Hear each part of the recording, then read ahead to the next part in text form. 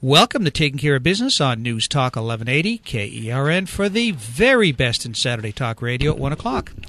And on 1230 KGEO at 10 o'clock Saturday. And for the best in Wednesday Talk Radio on 1410 KERI, the Christian station. We are now on 1000 KKIM in Albuquerque, New Mexico. And also 3 times a week, count them, 3 times a week on the internet on knookmedia.com, serving Richmond, Oakland, and the San Francisco Bay Area. And plus, you can catch any of Clay and my shows for the last 4 years on the internet at Clay and Marty Show. Your host is Clay Koerner, and I'm Marty Pay, and our incredible producer, as always, is Greg Held. Hey, Clay, that was a great show last week with our own state senator, Gene Fuller. Yeah, Gene does a great job. She and Shannon Grove both. Oh, yeah, we're very, very lucky. And now we have Andy Videk up there. He's doing a wonderful job, I understand. Yes, he is. And then we have this upcoming election. We have Rudy Salas against Pedro and Romeo. Romeo Abalag. Egg, but I have a hard time with his name. Thank you. Starts with an A, fortunately, so he'll be first on the ballot. Yes. So Gene's pushing the water issue, and that's an important issue for us. You know, California's running out of food production because we don't have any water. So, you know, it's going to be an issue we're going to be talking about more and more over the next year. But before we get into our guests, I just want to talk a little bit about Benghazi. It's been in the news the last day or two. Maybe now with the disclosure from Ben Rhodes' emails and Air Force General Lovell testimony this morning meeting Thursday morning, we may be able to get to the truth about what's happening in Benghazi because, you know, these men died senselessly. And I love the way the Air Force General put it this morning. He says, it's not a question if we could or couldn't have made it in time. We should have tried. And we were waiting for the okay, and we never got it from the State Department or the White House. So that was pretty damning testimony this morning on Thursday morning here. And he also said that they knew almost from the get-go that it was a terrorist attack. The video had nothing to do with it. Everybody knew that but the White House. Well, supposedly, but, you know, obviously we've caught them in a giant lie here. You know, where did the talking points come from, though? But that's the history, lie upon lie. Well, but again, you know, what we need to do is there's a paper trail here, and Ben Rhodes' emails are part of that paper trail. Where did they come from? Who came up with the lie? Anyways, we'll be talking about this more in the future.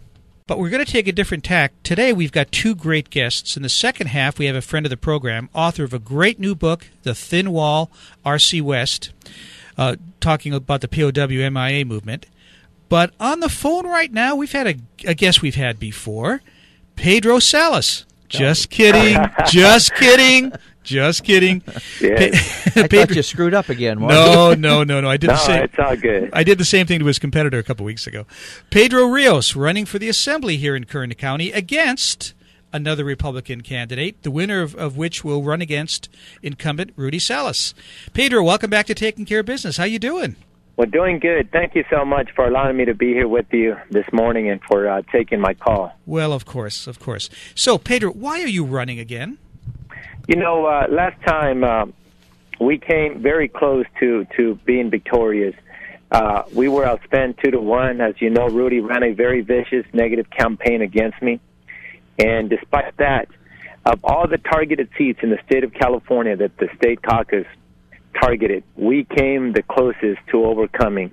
And as you know, Marty and Clay, it was a presidential election.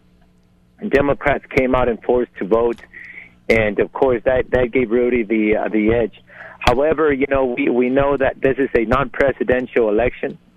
We know that we built name ID. We know that the money that was invested in me in the last campaign, which was over $1 million, that money is going to carry on to this election. And obviously, you know, the issues that I'm fighting for has not changed. 2 years ago, Marty and Clay, my number one item on every literature piece that we send out was water. At that time, 2 years ago, water wasn't that much of an issue as it is now.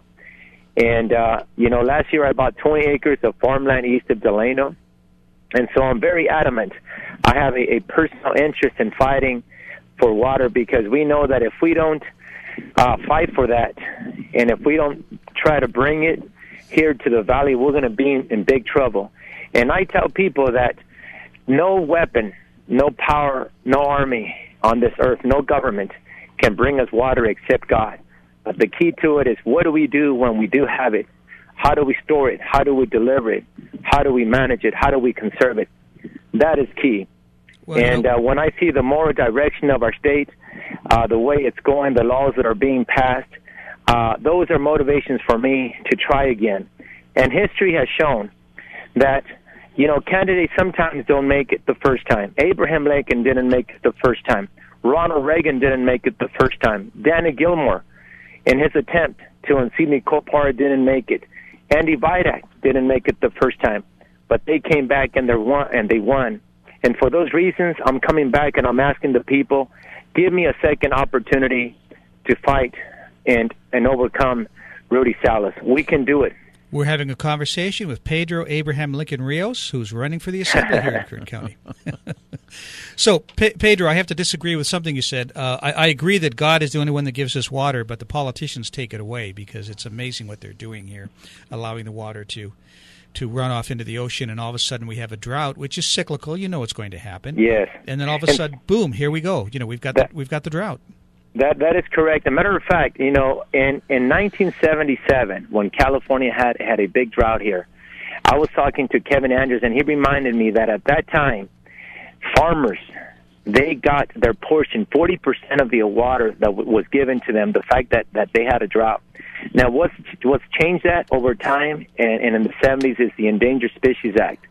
And that act has not been reviewed. It was stated in there that it should be reviewed year after year.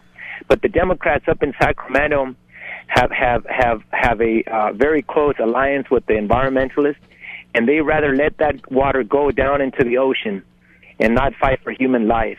And that's why I'm motivated to go up there and fight for that, because, they play a two-edged sword. On one side, they tell you that they're fighting for water, but on the other side, they've been passing laws after laws that eventually, if you start cutting a person in small pieces, they will bleed to death. And that's what's happened with our water source. In 2009, in 2010, in 2011, we had plenty of water, and yet 2 years later, we're in trouble. That means that we're not doing our job. So you're right, Marty and Clay. I agree with you.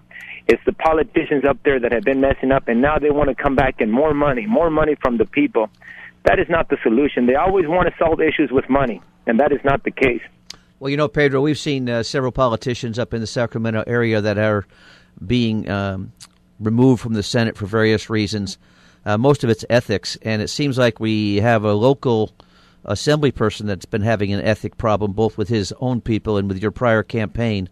So are you planning on doing anything about running a clean campaign this year and getting your...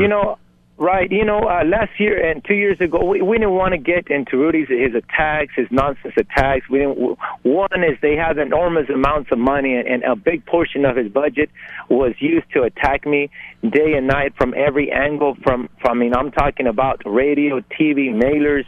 I was attacked on a number of things. They were switched around, turned around. The biggest one, in my view, two things. One was I was attacked on me being anti-immigrant, and that is a big lie, because that is not the case. That would be a big hypocrisy on my part were I to be against immigration. I've always stated when I debated Rudy Salas that I am for an immigration reform. We must do it. But for Obama to come in and give us, little crumbs to my people and say, vote for me, and then parallel with that, he's been deporting people like crazy from left to right. That's why I did not agree with that DREAM Act. I believe that if it is going to be a dream for our college kids, for the people of this country, let's put an immigration package that's gonna include a border security, worker visas where people can come and work in America and head on back to Mexico or to other countries, and a path to citizenship for these folks. And so I've always advocated for that, but they've taken my words out of context and they put me against my own people, so they were clever to do that. And of course, the other thing was they made it seem like, my credentials, my administrative and teaching credential had been revoked, and that is not the case, Marty. My credentials are up to date. I'm in education. And so they really turn it around. But the one thing that we do, we do have a moral compass. We do have a moral standard. We're gonna demonstrate to the people how Mr. Salas, what kind of job he's done. Of course, he's going to boast that he's done a great job, but it's going to be up to us to show the people, look, give me an opportunity so we can really fight out there. Because again, we know how the game is played. in CERN, they know that they got to protect the seat. The majority, including Mr. Perez, the liberal speaker of the House up there, he makes sure he is the one that dictates whether a bill passes or not. When they don't need Rudy's votes, and they know that he's going to be in danger, they protect him. They don't have him vote because they have the majority. Oh, sure. So That's it's going to be our job to demonstrate that to the people, Marty. So we're not going to be a punching bag. But again, we do everything within a moral compass, because I realize that I'm here temporary, and one day I'm gonna stand before God, and I'm gonna have to give an account of my doings here on this earth. Pedro, when we come back from the break, let's pick up there and talk a little bit more about the campaign. Okay, thank you. We'll be back in a moment on Taking Care of Business on Koerner Radio News Talk 1180.